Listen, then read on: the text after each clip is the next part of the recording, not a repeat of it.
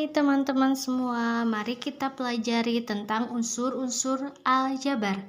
Nah, di sini kita akan mempelajari unsur-unsur aljabar. Yang akan kita pelajari di sini ada 8. Mari disimak. Nah, sebelum itu kalian harus tahu apa itu aljabar. Aljabar merupakan salah satu cabang ilmu matematika yang menggunakan simbol dan operasi matematika seperti penjumlahan, pengurangan, perkalian, dan pembagian.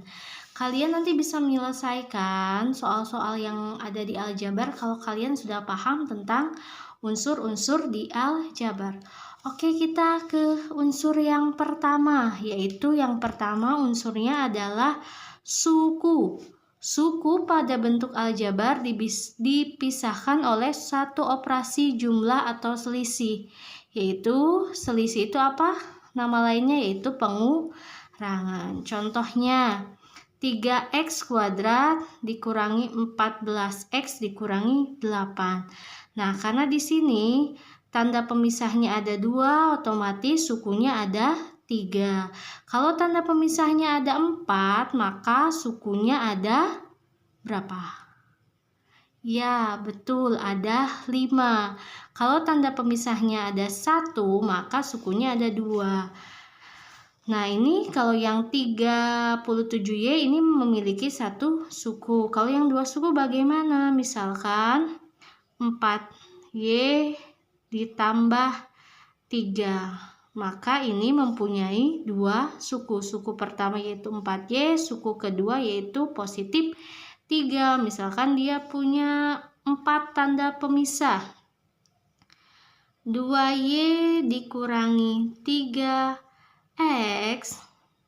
ditambah 2xy dikurangi 4 ditambah 7. Maka ini mempunyai berapa suku? Tanda pemisahnya ada 1, 2, 3, 4. Nah, jadi dari tanda pemisah ini pasti sukunya bertambah 1. Maka ini sukunya ada 5. Yang mana saja? 1, 2, 3, 4, 5. Sudah paham tentang suku? Kalau sudah paham, kita lanjut ke variabel. Unsur yang kedua dalam aljabar yaitu variabel. Variabel merupakan suatu faktor yang dinyatakan dalam bentuk huruf. Oke, dinyatakan dalam bentuk huruf. Hurufnya itu harus huruf kecil. Huruf kecil ya. Maksudnya huruf kecil itu dari A sampai Z, tapi hurufnya yang kecil, bukan yang kapital gitu. Boleh A, boleh B, boleh C, boleh D, tetapi syaratnya ini harus huruf kecil sampai dengan Z. Ya, bebas ya hurufnya. Jadi tidak selamanya variabel dalam aljabar itu unsurnya XY atau PQ atau AB. Jadi bebas kalian menggunakan apapun, yang penting dia huruf abjad yang kecil. Itu yang disebut dengan variabel gitu. Misalkan ini 8x negatif 11y, maka variabelnya adalah x dan y. Kalau yang ini 15p ditambah 26q, maka variabelnya adalah pq. Tidak selamanya variabelnya huruf ini, bebas ya. Dari huruf A sampai dengan Z. Oke. Lanjut yang ketiga, kita ke faktor.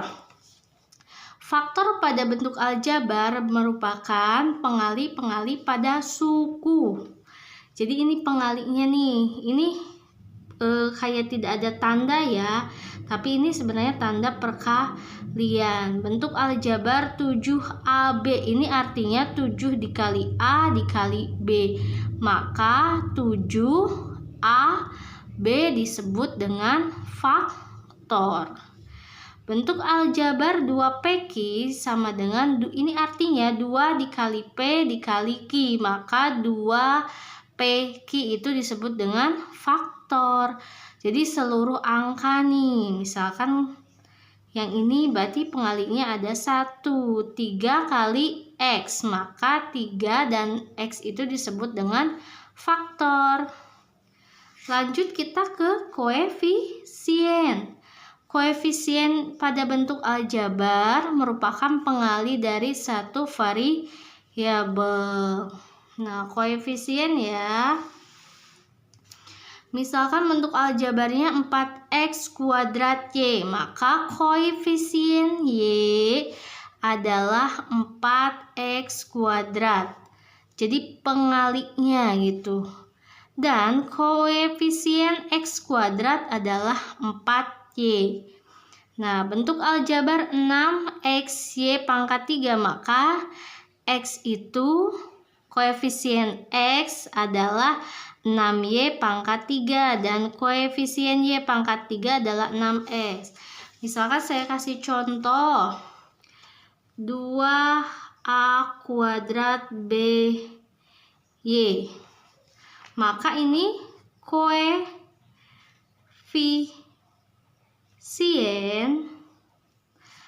a kuadrat apa? Ayo. Maka koefisien dari a kuadrat yaitu 2b dan y gitu. Lanjut, misalkan koefisien b berarti 2a kuadrat dan y. Kalau ditanya koefisien y maka 2a kuadrat b gitu. Jadi unsur yang belum disebutkan itu disebut dengan koefisien. Begitu. Dilanjut kita ke yang namanya konstanta. Konstanta merupakan suku pada bentuk aljabar yang mempunyai nilai tetap. Nilainya tetap, tidak akan berubah, atau yang cara kita simpelnya itu angka yang berdiri sendiri tanpa ada variabel. Ini di sini konstantanya adalah negatif 17. Pokoknya konstanta itu yang berdiri sendiri atau nilainya tetap, tidak ada unsur variabelnya. Maka di sini konstantanya adalah positif 30. Misal saya kasih contoh 3y kuadrat ditambah 2x dikurangi 7 ditambah 10. Maka konstantanya adalah negatif 7 dan 10. 10-nya ini positif. Pokoknya konstanta itu angka yang berdiri sendiri tanpa variabel. Jadi nilainya tetap atau tidak akan pernah berubah. Itu yang disebut dengan konstanta. Selanjutnya kita ke suku sejenis. Nah, di suku sejenis ini kalian harus benar-benar paham ya. Kenapa harus benar-benar paham? Karena ini akan berpengaruh ke operasi penjumlahan dan pengurangan. Nanti kita bahas juga tentang operasi penjumlahan dan pengurangan di aljabar. Nah, suku sejenis ini adalah bentuk aljabar memiliki suku sejenis.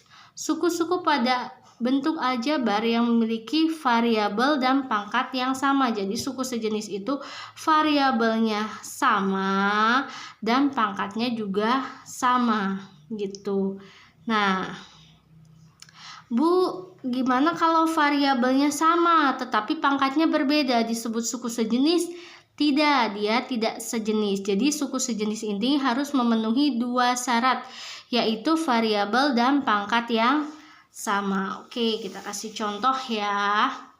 Misalkan 3x pangkat 2 ditambah x ditambah y dikurangi 4x pangkat 2 ditambah 5. Adakah suku sejenis dari aljabar di sini?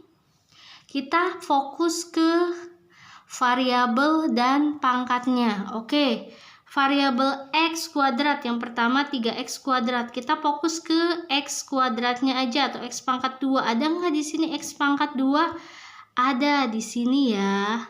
Nah, maka 3x kuadrat dan negatif 4x ini disebut dengan suku sejenis. Ada lagi nggak suku sejenis? X.